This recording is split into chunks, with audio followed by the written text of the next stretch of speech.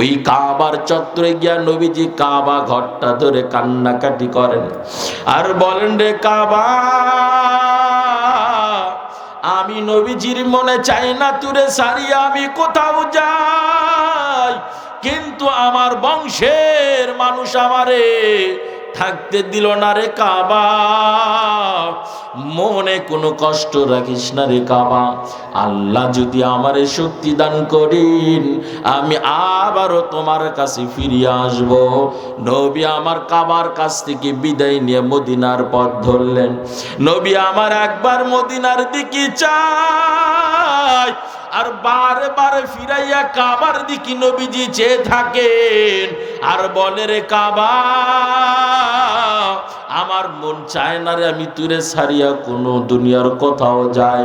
আল্লাহ আয়াত নাজিল করে বলে, ও পয়গম্বর, আজকে আপনি চোখের ভিতরে পানি নিয়ে বিদায় নিয়ে যাইতেছেন, আপনি একদিন বিজয়ের পতাকা নিয়ে এই কাবার চত্বরে ঢুকবেন গো নবীজি।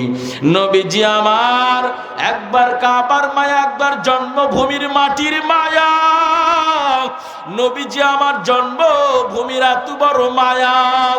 নবীজি আমার একবার আসমানের দিকে তাকান আর একবার অনায়াসে হাতটা বাড়াইয়া আওয়াজ দিয়ে বলেন, মালিক, এ আমার বংশের মানুষেরা আমার জন্মভূমি মক্কায় থাকতে দিল না রে আল্লাহ। আমার মনটা চায় নাই কাবারে জন্মভূমি সারিয়ে আমি দুনিয়ার কোথাও যাই। এর তালজাঙ্গার এলাকার মুসলমান যুবক, নবীজি সবক শিখাইয়া গেলেন, জন্মভূমির মায়াটা অন্তরে রাখিও, কারণ যেই মাটিতে তোমার জন্ম হইছি ওই মাটিটার মায়াটা অন্তরে রাখিও। ওই মাটি হেফাজতের জন্য একটু লড়াই করিও। যদি লড়াই করতে পারিও, তোমার কারণে হাজারো শিশু, দুর্বল মানুষ আরামের জায়গা পাবে। কথা কন ঠিক কিনা? এই জন্মভূমি রক্ষা করার জন্য আমার ওসমান হাদি ভাই জীবন দিয়ে গেছে।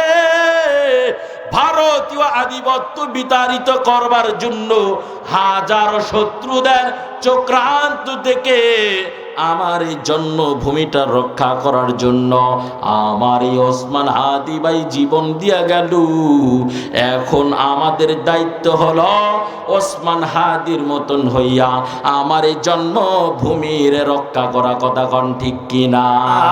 তার পক্ষ থেকে রহমতের ফেরেশতা 70টা ফেরেশতা ওই দাড়ির সঙ্গে খেলতেছে। আজ যে তুমি দাড়ি উঠাইয়া আমার দরবারে আসছো, আজকে তোমার চেহারার দিকে তাকাইলাম বটে, কিন্তু ওই 70 জন ফেরেশতাকে তো আর দেখা যায় না। এর তালজাঙ্গার এলাকার মুসলমান যুবক, তুমি মনে করতেছো দাড়ি কাটলে চেহারা বুঝি বেশি সুন্দর দেখা যায়। তোমার বাহ্যিক সুরতের দিক দিয়ে তাকাইলে চেহারা বেশি সুন্দর দেখা যায়, কিন্তু রুহানিয়াতের চোখ দিয়া তাকাও, তোমার ওই চেহারার ভিতরে রহমত নাই, বরকত নাই, কোনো ছাপ নাই, বরং জাহান্নামের আগুন সেখানে জ্বলজ্বল করতেছে। কথা কন ঠিক কিনা? নবীজির সুন্নত মোতাবেক জীবন যাপন করো। দুনিয়াতে দেখতে তোমারে খারাপ লাগলো, মনে কষ্ট হইল, এখানেই শান্তি। কারণ আমার আল্লাহ বলেন, যারা আপনি রসুলকে অনুসরণ করবে, যারা আপনি রসুলের সুন্নত মোতাবেক চলবে, আল্লাহ তাআলা বলেন, ও নবীজি, আপনি রসুলকে অনুসরণ করার কারণে আমি আল্লাহ ওই বান্দার জিন্দগির গুনাহ আমি আল্লাহ মাফ করে দিই। আমার আপনার নবী কেমন মায়ার নবী, একটা আবার চিন্তা করলেন আরে যুবক, ও বৃদ্ধ বাবাজি, ও পর্দার আড়ালের মা, স্বাভাবিক মতন আমাদের ভিতর থেকে যখন কেউ ইন্তেকালের মুখে পড়ে যায়, দেখবেন মমর্ষ ব্যক্তির মনে অনেক কিছুই চেয়ে বসে। বলে, অমুক বাড়িটা আমার অমুক ছেলেরে দিবা, অমুক জমিটা আমার অমুক মেয়েরে দিবা। কথা কন ঠিক কিনা? বলে আমার আত্মীয় স্বজনকে বলো তাদেরকে দেখতে মনে চায়, তারা যেন আমার জীবনের শেষ সাক্ষাৎটা যেন করিয়া যায়। কথা কোন ঠিক কিনা? কিন্তু আমার আপনার নবী কেমন মায়ার নবী, যেই নবী ইন্তিকালের সময় নিজের মেয়ের চিন্তা করে নাই, নাতির চিন্তা করে নাই, গুনাহগার উম্মতের চিন্তায় নবীজি কান্নায় বড় বিভোর ছিলেন। এই নবীজি দুনিয়াতে উম্মতির জন্য কাঁদলেন। নবী আমার এখনো রওজার ভিতরে গুনাহগার উম্মতের জন্য কান্নাকাটি করতেছেন। হাসরের ময়দানে আমার আপনার নবী আমার আপনার জন্য কান্নাকাটি করবেন। আদম আলাইহিস সালাম থেকে শুরু করে পয়গম্বর ঈসা পর্যন্ত উম্মত সবাই ইয়া নফসি ইয়া নফসি ইয়া নফসি করবেন। এমন একজন নবী থাকবেন যেই নবী নিজের চিন্তা করবেন না, মেয়ের চিন্তা করবেন না, নাতির চিন্তা করবেন না। হাসরের ময়দানে নবী আমার বলবেন ইয়া হামলি ইয়া উম্মতি, আয় আল্লাহ আমার উম্মতদের কি বাঁচান, আল্লাহ আমার গুনাহগার উম্মতদের কি বাঁচান। ও আল্লাহ 63টা বছর আমি আমার উম্মতের জন্য মেহনত করলাম। আল্লাহ গো হাসরের ময়দানে যদি আপনি আমার উম্মতদেরকে জাহান্নামে দেন, আমি রাসূল অন্য নবীদের সামনে কেমনে দাঁড়াবো? আল্লাহ তাআলা ডাক দিয়ে বলবেন আমার হাবিব আপনি মাথা উঠাইয়া দেন, আমি আপনারে আজকে কষ্ট দেওয়ার জন্য ডাকি নাই। আল্লাহর নবীজি বলবেন ও মালিক আপনি আমার উম্মতদেরকে যতক্ষণ জান্নাতের ফয়সালা করবেন না ততক্ষণ পর্যন্ত আজকে আমি মাথা উঠাবো না। আল্লাহ ডাক দিয়ে বলবেন আমার হাবিব আমি আল্লাহ আজকে আপনারে আমি অনুমতি দিয়ে দিলাম, যাদেরকে মনে চায় সুপারিশ করে জান্নাতে নিয়ে যান। বাংলাদেশের পূবাল হাওয়া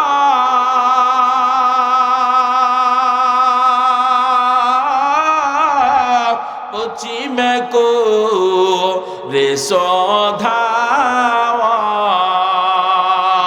এই গরিবের দুঃখী সালাম পৌঁছে দিও মদিনায় মদিনা, যাইতে পারলাম না মদিনা দেখিতে পারলাম না। আমি অসহায় তাই এত দূরে রয়, আমি অসহায় তাই এত দূরে রয়, শুধু সালাম জানাই মদিনা যাইতে পারলাম না মদিনা দেখিতে পারলাম না। কান্দি আমি পাগল বেশে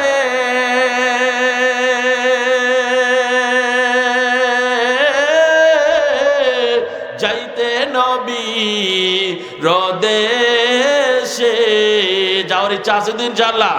হাতটা উঠান তো দেখি। আল্লাহ আপনি আমাদের সবাইকে কবুল করুন, বলেন আমিন। কান্দি আমি বাংলাদেশে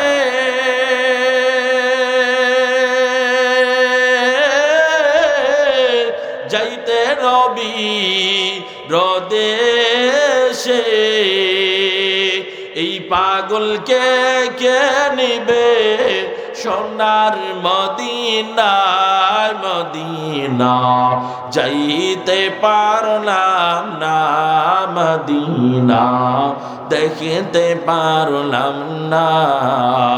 আমি অসহায় তাই এত দূরে রয়, আমি অসহায় তাই এত দূরে রয়, শুধু সালাম জানাই মদিনা যাইতে পারলাম না মদিনা দেখিতে পারলাম না।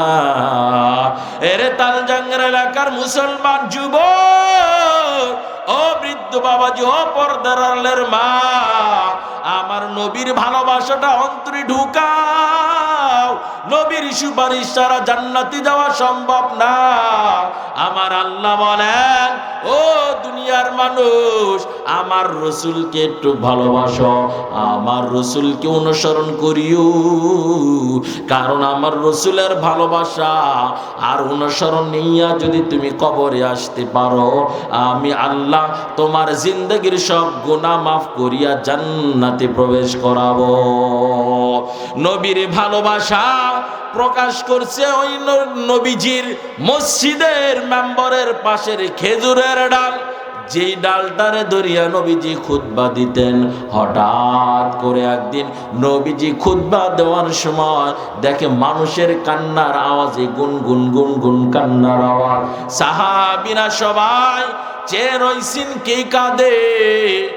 নবীজি সাহাবীদেরকে এই বিষয়টা বুঝতে পারায় নবীজি আমার ডাক দিল, সাহাবীরা ভালো করে শুনো, এই যে মানুষের মতন যে কান্নার আওয়াজ শুনতাছো, এইটা হলে খেজুর গাছের ডালের কান্নার আওয়াজ। সাহাবীরা বলেন, ও নবীজি, খেজুরের ডাল কেন কাঁদে? নবীজি খেজুরের ডালকে আওয়াজ দিতে সাথে সাথে এই মরা খেজুরের ডাল থেকে মানুষের কণ্ঠের আওয়াজ। যেই ডাল মরা, কিছুই বলতে পারে না, কিন্তু যিনি কথা বলেছেন কার আদেশে? জেরে বলেন, কার আদেশে? ওই আল্লাহ আছে না নাই? আছে না নাই? আমি আপনি যদি আল্লাহর পথে যাই, আমার আল্লাহ আমার আপনার জীবনের গুনাহ মাফ করবেন কিনা? আরো জোরে বলেন। এই সেই মরা খেজুরের ডাল। নবীজি আমার আওয়াজ দেন, কেন কাঁদো? ওই মরা খেজুরের ডাল আওয়াজ দিয়ে বলে, পয়গম্বর, বিগত দিনে আপনি আমার উপর টেক লাগাইয়া খুতবা দিতেন গো নবীজি, আপনার ছোঁয়াতে আমার জীবনটা বড় ধন্য ছিল।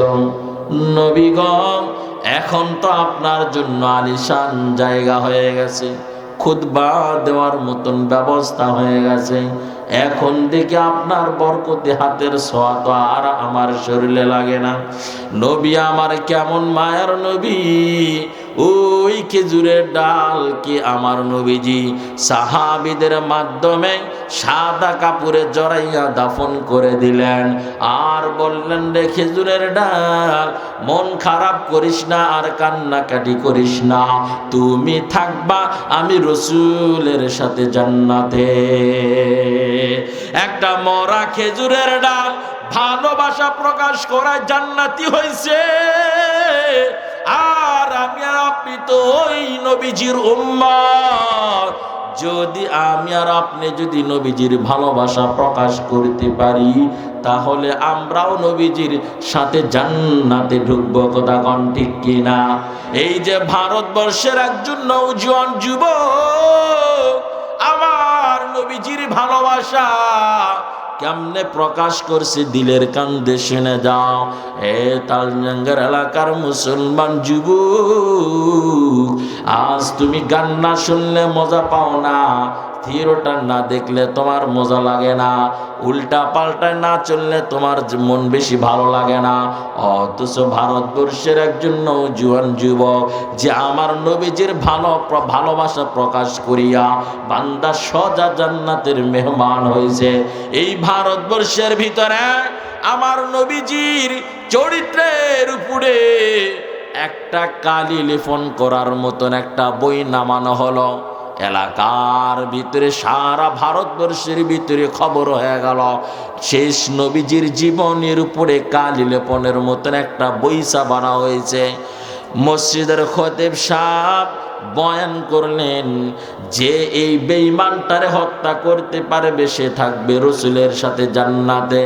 নওজোয়ান যুবক ওই মসজিদে খতিব সাহেবের বয়ান শুনিয়া মার কাছে ফিরে গিয়া মার কাছ থেকে টাকা নিয়ে রাস্তায় বাজার থেকে ধারালো একটা তরবারি নিয়ে আসলেন।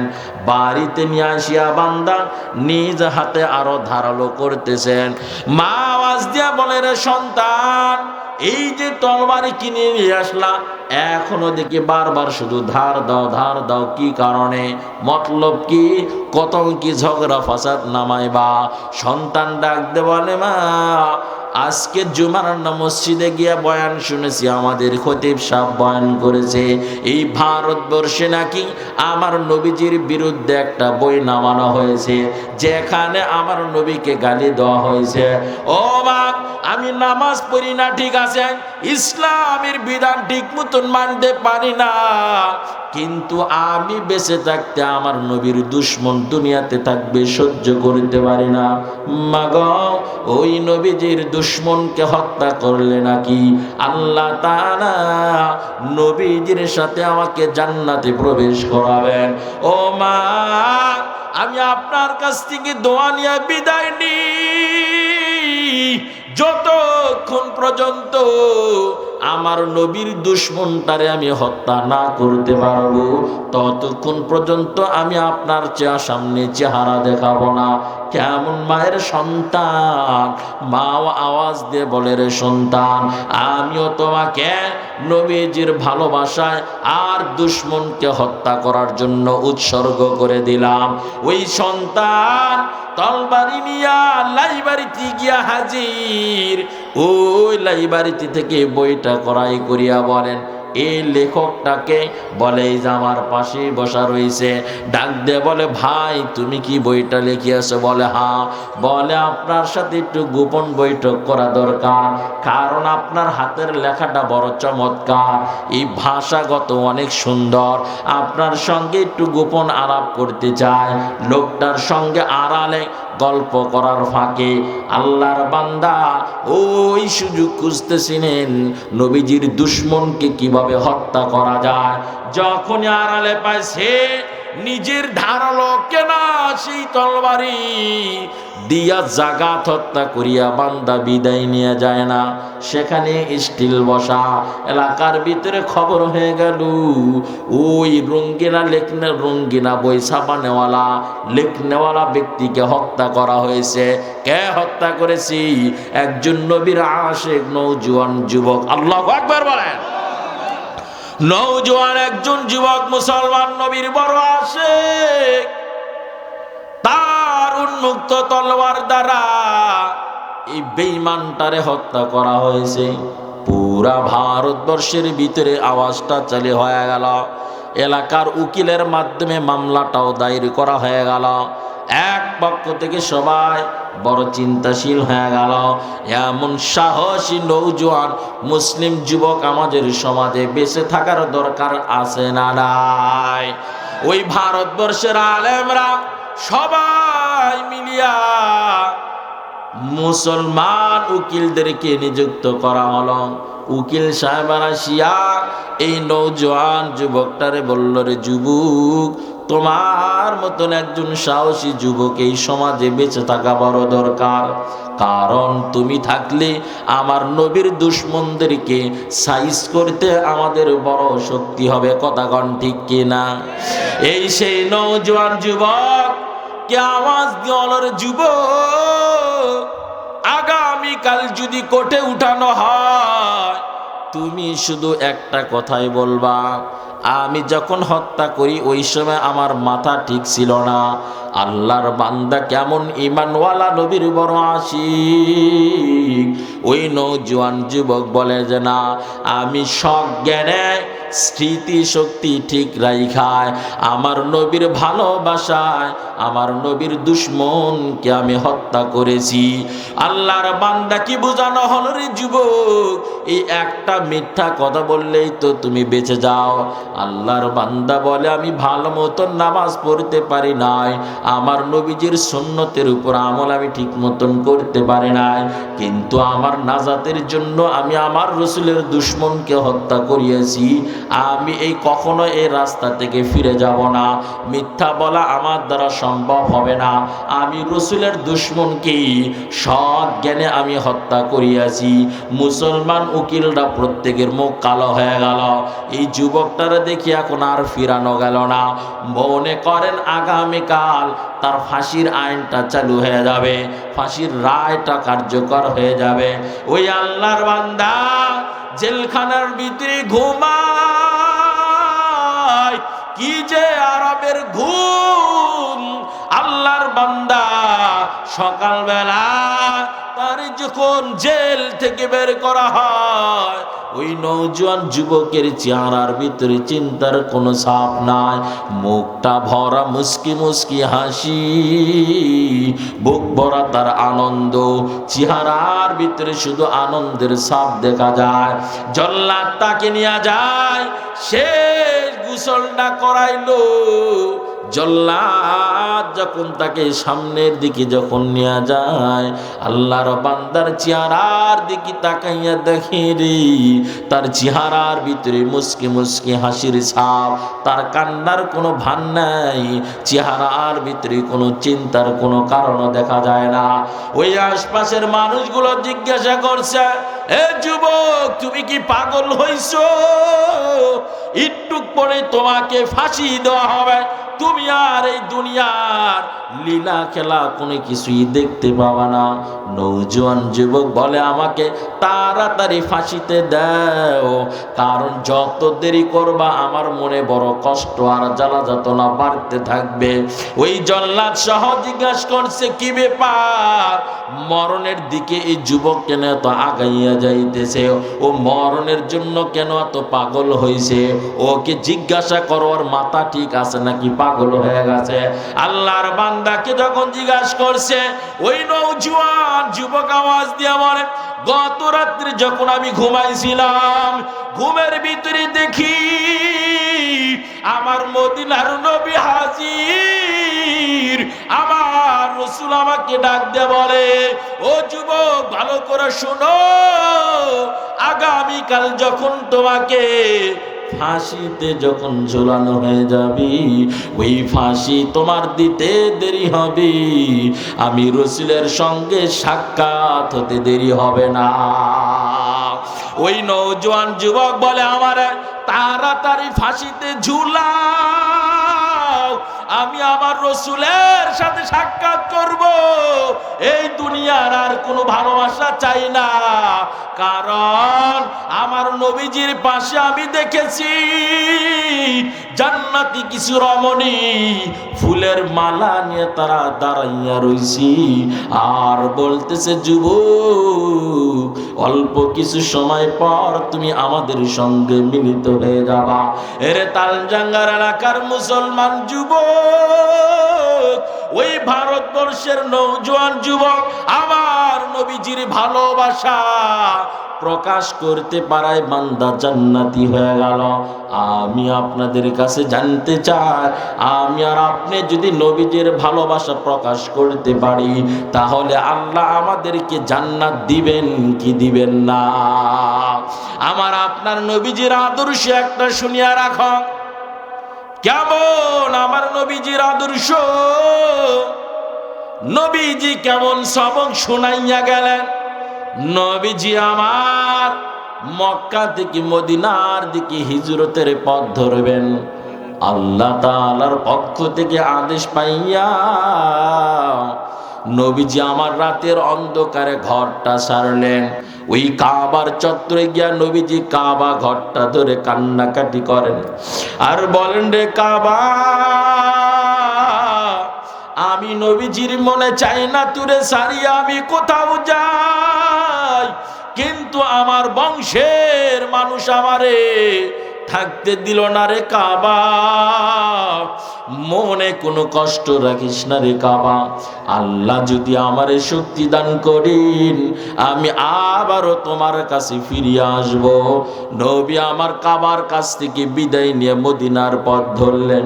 নবী আমার একবার মদিনার দিকে চায়, আর বারে বারে ফিরাইয়া কাবার দিকে নবীজি চেয়ে থাকেন।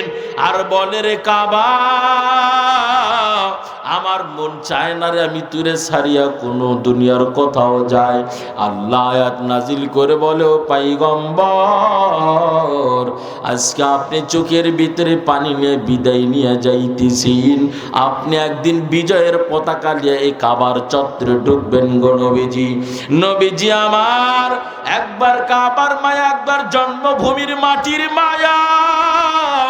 নবীজি আমার জন্মভূমির এত বড় মায়া। নবীজি আমার একবার আসমানের দিকে তাকান, আর একবার অনায়াসে হাতটা বাড়াইয়া আওয়াজ দিয়ে বলেন, মালিক, এ আমার বংশের মানুষেরা আমার জন্মভূমি মক্কায় থাকতে দিল না রে আল্লাহ। আমার মনটা চায় নাই কাবারে জন্মভূমি সারিয়ে আমি দুনিয়ার কোথাও যাই। এর তালজাঙ্গার এলাকার মুসলমান যুবক, নবীজি সবক শিখাইয়া গেলেন, জন্মভূমির মায়াটা অন্তরে রাখিও, কারণ যেই মাটিতে তোমার জন্ম হইছি ওই মাটিটার মায়াটা অন্তরে রাখিও। ওই মাটি হেফাজতের জন্য একটু লড়াই করিও। যদি লড়াই করতে পারিও, তোমার কারণে হাজারো শিশু, দুর্বল মানুষ আরামের জায়গা পাবে। কথা কন ঠিক কিনা? এই জন্মভূমি রক্ষা করার জন্য আমার ওসমান হাদি ভাই জীবন দিয়ে গেছে। ভারতীয় আধিপত্য বিতাড়িত করবার জন্য হাজারো শত্রুদের চক্রান্ত থেকে আমার এই জন্মভূমিটা রক্ষা করার জন্য আমার এই ওসমান হাদি ভাই জীবন দিয়া গেল। এখন আমাদের দায়িত্ব হলো ওসমান হাদির মতন হইয়া আমার এই জন্মভূমির রক্ষা করা। কথা কন ঠিক কিনা? আকাশেতে লক্ষ তারা, এক চাঁদের আলো, হাজারো কোটি মানুষের ভিতরে আমার ওসমান হাদি ভাই ভালো। কথা কন ঠিক কিনা? এমন সন্তান বাংলাদেশের প্রতিটা ঘরে ঘরে হওয়া দরকার আছে না নাই? দরকার আছে না নাই? এমন সন্তান যদি জন্ম নেয়, আশা করা যায় আমার মাতৃভূমির মাটি রক্ষা হবে। কথা কন ঠিক কিনা? আজ যারা মনে করেন আমার দরকার নাই, মনে রাখিয়েন রে ভাই, আগামী কয়েকদিনের ভিতরেই দেখবেন আপনার সন্তানকে চোখের সামনে হত্যা করবে। কথা কন ঠিক কিনা? আজ যেরকম নিজে আরামে ঘুমাইয়া থেকে মনে করি ওর আন্দোলন ও করুক, 2 দিন পরে দেখবেন আপনার পিঠটাও দেয়ালে ঠেকে গেছে। কথা কন ঠিক কিনা? এই জন্য নবীজি আমার শিখাইয়া গেলেন, জন্মভূমির মায়াটা অন্তরে ঢুকাও, কারণ আমার রসুলের অন্তরেও জন্মভূমির মায়া ছিল। নবীজি আমার এই মক্কা থেকে যখন বিদায় নিয়ে যায়, আল্লাহ আয়াত নাজিল করে জানাইলেন, ও পয়গম্বর, আজ আপনি চোখের ভিতরে পানি নিয়ে যাইতেছেন, আমি আল্লাহ একদিন বিজয়ের পতাকা দিয়ে হাসতে হাসতে মক্কায় ঢুকাইয়া দিব। আমার নবীজি মদিনায় গেলেন, বেশ কয়েকটা বছর যাইতে আবার মক্কা বিজয় আল্লাহ নবীর হাতে দান করলেন। কথা কন ঠিক কিনা?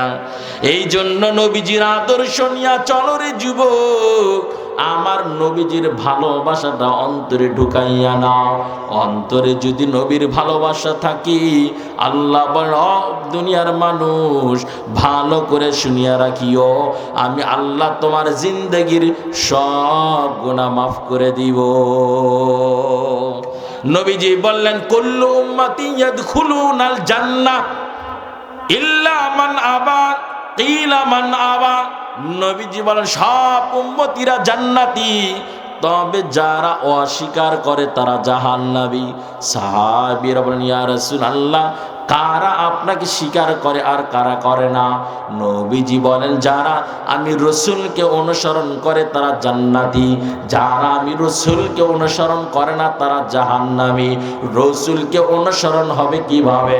নবীজি বলেন, মান আহাব্বা সুন্নতি, যেই উম্মত আমি রসুলের সুন্নতকে ভালোবাসে, যার ভিতরে আমি রসুলের সুন্নত নাই, ওই মানুষ আমি রসুলের রওজায় ঘুমাইয়া থাকলেও বড় দূরে, আর যার ভিতরে আমি রসুলের সুন্নত আছি ও বাংলাদেশে থাকলেও আমি রসুলের একদম কাছে।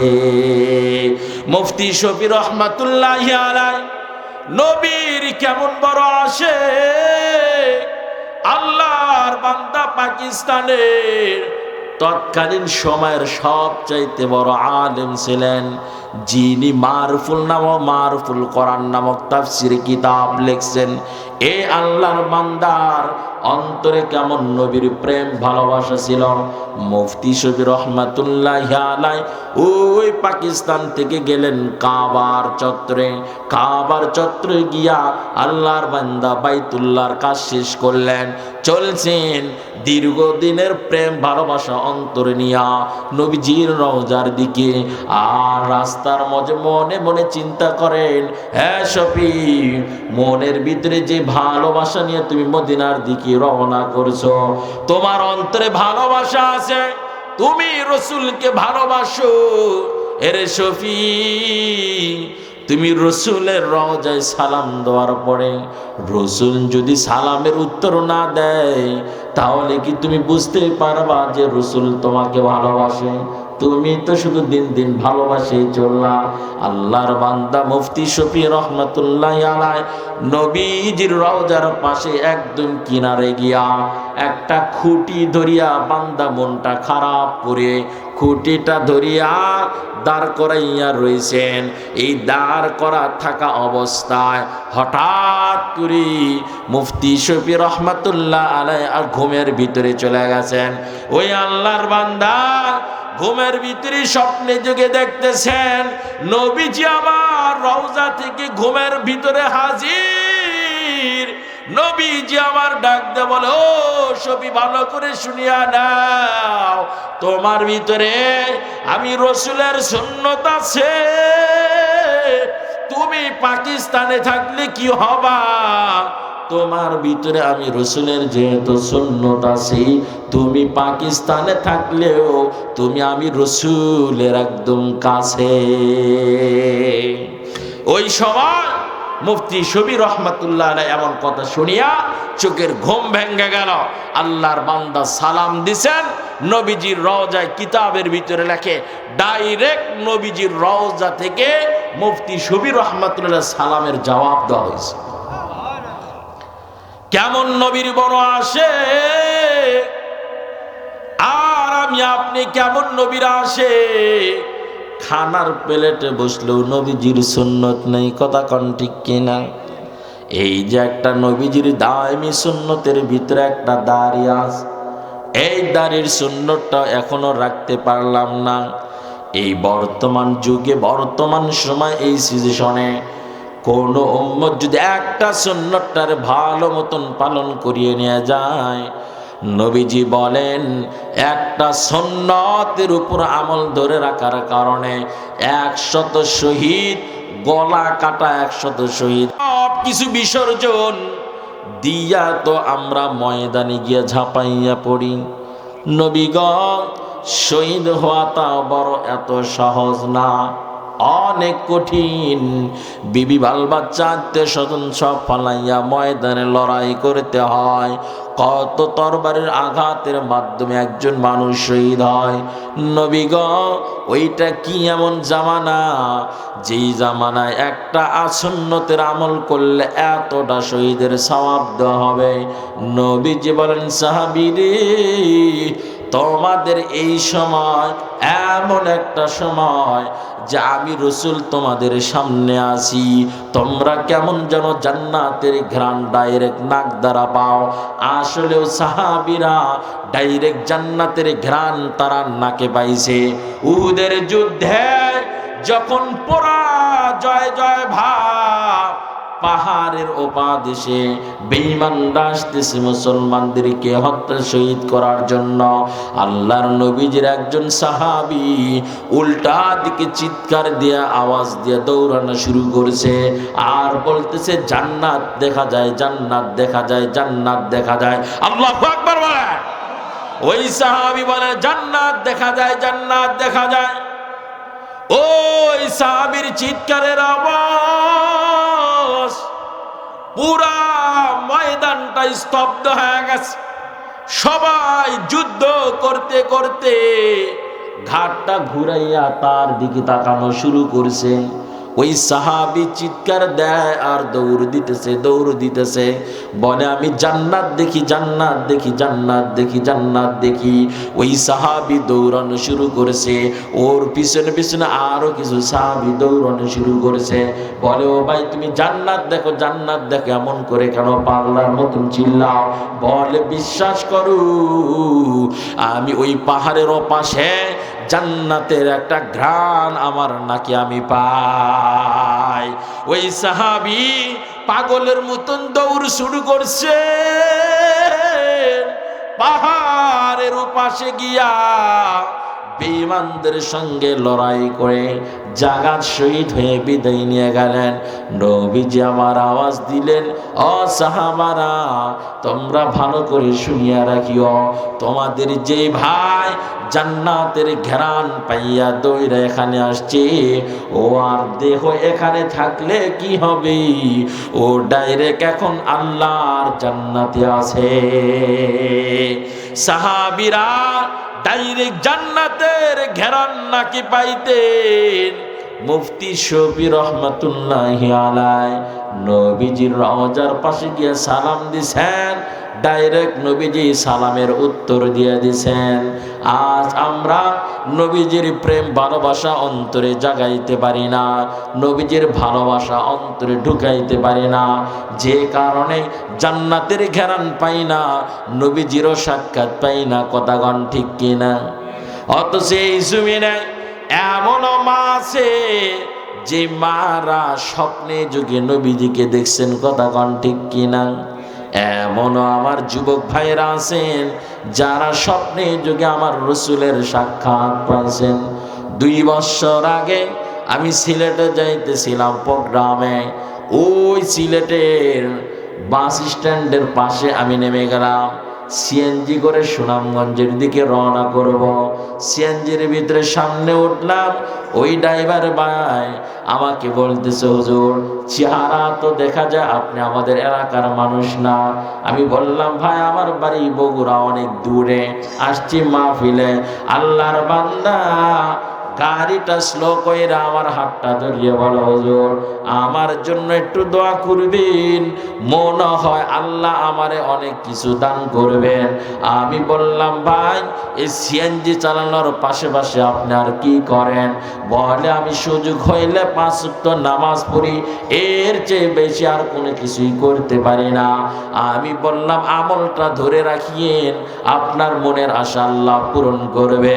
এই মনের আশা পূরণ করার কথা বলতে আল্লাহর বান্দা গাড়ি চালানো অবস্থায় হাউমাউ করে কান্না শুরু করেছেন। আমি বললাম, নিজেকে কন্ট্রোল করেন, গাড়ি ভালো মতন চালান, নইলে অ্যাক্সিডেন্ট ঘটাইয়া দিবেন। ওই আল্লাহর বান্দা বলেন, হযরত আমি ঘুমের ভিতরে স্বপ্নে যুগে বেশ কয়েকটা দিন আমি দেখেছি, অন্ধকারের ভিতরে থেকে আমি আলোর ভিতরে একজন বয়স্ক মানুষ, সাদা চাদর দ্বারা মোড়ানো, চেহারাটা অনেক সুন্দর। এমন সুন্দর চেহারার মানুষ মনে হয় আমি আর কোনোদিন দেখিনি। আমাকে শুধু দূর থেকে ডাকে, আমি যখনই কাছে যাই আর আমার চোখের সামনে থেকে দূরে চলে যায়, পাই না। আমি বললাম, যুবক ভাই কপাল বড় ভালো, আমার মনে হয় আমার নবীজির সঙ্গে তোমার সাক্ষাৎটা হয়েছে। ওই আল্লাহর বান্দা বলে, হযরত আমারও দিলে বড় বিশ্বাস, মনে হয় আমার রসুল হবেন। আমাকে অনেকগুলো বিষয় ইশারা দিয়ে বুঝাইছেন, আমি যেন সৎ পথে চলাফেরা করি, আমি যেন হারামের পথে যেন না চলি। ওই আল্লাহর বান্দার মাথায় হাত দিয়ে স্ট্যান্ডে নামিয়া দোয়া করে দিলাম, এরে যুবক ভাই, একজন সিএনজি চালক যদি আমার রসুলের ভালোবাসা পায়, ও সেও তো নবীজির উম্মত, আমি আপনিও তো রসুলের উম্মত। কথা কন ঠিক কিনা? যদি আমার আপনার আমলটা যদি ভালো হয়ে যায়, আশা করা যায় আল্লাহর রসুলকে আমরাও স্বপ্নে যোগে পাবো। কথা কন ঠিক কিনা? এই যে মাস চলতেছে রজব মাস, নবীজি শিখাইয়া দিলেন পড়ো আল্লাহুম্মা বারিক লানা ফি রজব ওয়া শাবান। এই দোয়াটা বেশি বেশি করে উম্মত তুমি পড়তে থাকো। কেন পড়বা? পড়বা এই কারণে, এই রজব আর শাবান মাসের ভিতরে আল্লাহ যেন তোমার এতটাই যেন বরকত দান করেন, যেই বরকতটা নিয়ে রমজান মাসে বান্দা তুমি সুন্দর শান্ত শিষ্টভাবে রমজানের রোজা রাখতে পারো। কথা কন ঠিক কিনা? কিন্তু আমার আপনার এমনও ভাই আছে যারা রমজান মাসে রোজা রাখে না। কথা কন ঠিক কিনা? এমন মানুষ আছে না নাই? কিন্তু একটা বার চিন্তা করে না, যে আল্লাহ 11 মাস খাওয়াইলো, আল্লাহ তো 1 মাসের লেগে কি চাইছে? রোজা চাইছে। কয় মাসের লেগে? অথচ রমজান মাসের রোজা, একটা রোজার বিনিময়ে বান্দার জীবনের গুনাহ আল্লাহ মাফ করে। কিছু কিছু শ্রেণীর মানুষের জন্য আল্লাহ এমন সুন্দর করে জান্নাত বানায় রাখছেন, যে জান্নাতগুলো আল্লাহ অন্য কাউরেই দান করবেন না, কাউরে দান করবেন না। তার মধ্যে একটা হলো যারা রোজাদার মানুষ, তাদের জান্নাত যেই সুন্দর হইব। জীবন দেখছো না, খালি শুনেছো, যেই দিন দেখবা ওই দিন মনটা ভরবো। কথা কন ঠিক কিনা? যে রোজাদার ব্যক্তির জান্নাত এতটাই সুসজ্জিত করে আল্লাহ নিজ কুদরতি হাত দ্বারা সাজান, ফেরেশতার মাধ্যমে সাজান, যেই রোজাদারের জান্নাতে অন্য কাউরেই ঢুকতে দিবেন না। এবং রোজাদার ব্যক্তিদেরকে যারা ইফতার করায়, কি করায়? ইফতার। যারা রোজাদার ব্যক্তিদেরকে ইফতার করায়, এই ইফতার করানোওয়ালা ব্যক্তিদের জান্নাত আল্লাহ এতটাই সুসজ্জিত করে সাজিয়ে রাখেন, নবীজি বলেন ওই জান্নাত যেই জান্নাতটা রোজাদারদেরকে ইফতার করানোওয়ালা ব্যক্তির জন্য আল্লাহ যে জান্নাতটা তৈরি করে রাখছেন, ওই জান্নাতটা দেখা আমি রসুলের একটু লোভ লেগে গিয়েছিল। কি লাগছিল? এই যে আমি যে লোভের কথা বললাম, এটা আবার শব্দটা ব্যঙ্গ করে অন্যদিকে নিয়েন না। আমি গ্রামের মানুষ, বোঝার লেগে ওই লোভের কথাটা বললাম। মানে নিজেকে আকর্ষণ হয়েছে, কি হয়েছে? ওই জান্নাতে ঢোকার জন্য নিজের কি চাইছে? মনে চাইছে। এই আকর্ষণটা বোঝানোর ক্ষেত্রে ওই শব্দটা ব্যবহার করছি। এটা আবার অন্যদিকে নিয়েন না, তাহলে তো ইমানের ঘাটতি হবো। কথা কন ঠিক কিনা? তো নবীজি বলেন যে ওই জান্নাতে ঢোকার জন্য আমার মনে চেয়েছিল। এরই পাশাপাশি আরেকটা জান্নাত ছিল, যে জান্নাতে ঢোকার জন্য রসুলের মন চেয়েছিলেন। সেই জান্নাতটা হলো হযরত উমর রাদিয়াল্লাহু তাআলা আনহু। সুবহানাল্লাহ বলেন। এই যে সেই আমলের সিজনগুলো আমাদের সামনে চলতেছে, আসতেছে, এখনো যদি আমরা ঠিক মতন আমল যদি না করতে পারি, বলেন তো রসুলের ভালোবাসা পাওয়া যাবে? হ্যাঁ, রসুলের ভালোবাসা পাওয়া যাবে? রসুলের ভালোবাসা যদি না পাই, আমি রসুলের পথে যদি ঠিক মতন অনুসরণ না করতে পারি রসুলকে, তাহলে কি আল্লাহ আমাকে ভালোবাসবেন? আল্লাহ যদি ভালো না বাসেন, তো কি জান্নাতে ঢোকা যাবে? জান্নাতে ঢোকা যাবে না। এই জন্য আসুন রসুলকে ভালোবাসা শিখি, রসুলের সুন্নত মোতাবেক জীবনযাপন করা শিখি। নবীজি বলেন কুল্লু উম্মতি ইয়াদখুলুনাল জান্নাতা, প্রত্যেক উম্মতেই কই ঢুকবে? জান্নাতে ঢুকবে। তবে যারা আমি রসুলকে অস্বীকার করে, আমি রসুলকে মানে না, তারা জান্নাতে ঢুকতে পারবে না। রসুলকে কারা মানে আর কারা মানে না? নবীজি বলেন যারা আমি রসুলকে অনুসরণ করে তারা আমি রসুলকে মানলো, আর যারা অনুসরণ করলো না তারা আমি রসুলকে মানলো না। রসুলকে অনুসরণ কীভাবে করলেন? মান আহাব্বা সুন্নতি, যে আমি রসুলের সুন্নতকে ভালোবাসলো, সে আমি রসুলকে অনুসরণ করলো। তাহলে রসুলকে অনুসরণ করার জন্য রসুলের সুন্নত মানতে হবে। কথা কন ঠিক কিনা? রসুলের সুন্নত মানলে রসুলকে অনুসরণ করা হলো। আর রসুলকে যদি অনুসরণ করা হয়, আল্লাহ বলেন আমি ওই বান্দাকে এতটাই ভালোবাসা দিই যে তার জিন্দেগির গুনাহ মাফ কইরা তার জান্নাতে ঢুকাইয়া দিই। কুল ইন কুনতুম তুহিব্বুনাল্লাহ ফাত্তাবিউনি ইউহিব্বুকুমুল্লাহ ওয়া ইয়াগফিরু লাকুম যুনুবাকুম। আল্লাহ বলেন তাকে মাফ করব, শুধু মাফ না, তার জীবনের যা গুনাহ আছে যুনুব সব শেষ, এবং রহমানুর রহিম নামের ওসিলায় তার জান্নাতের আলা মাকামে আমি আল্লাহ ঢুকাইয়া দেব। আল্লাহ আমাদেরকে তৌফিক দান করুন। আসসালামু আলাইকুম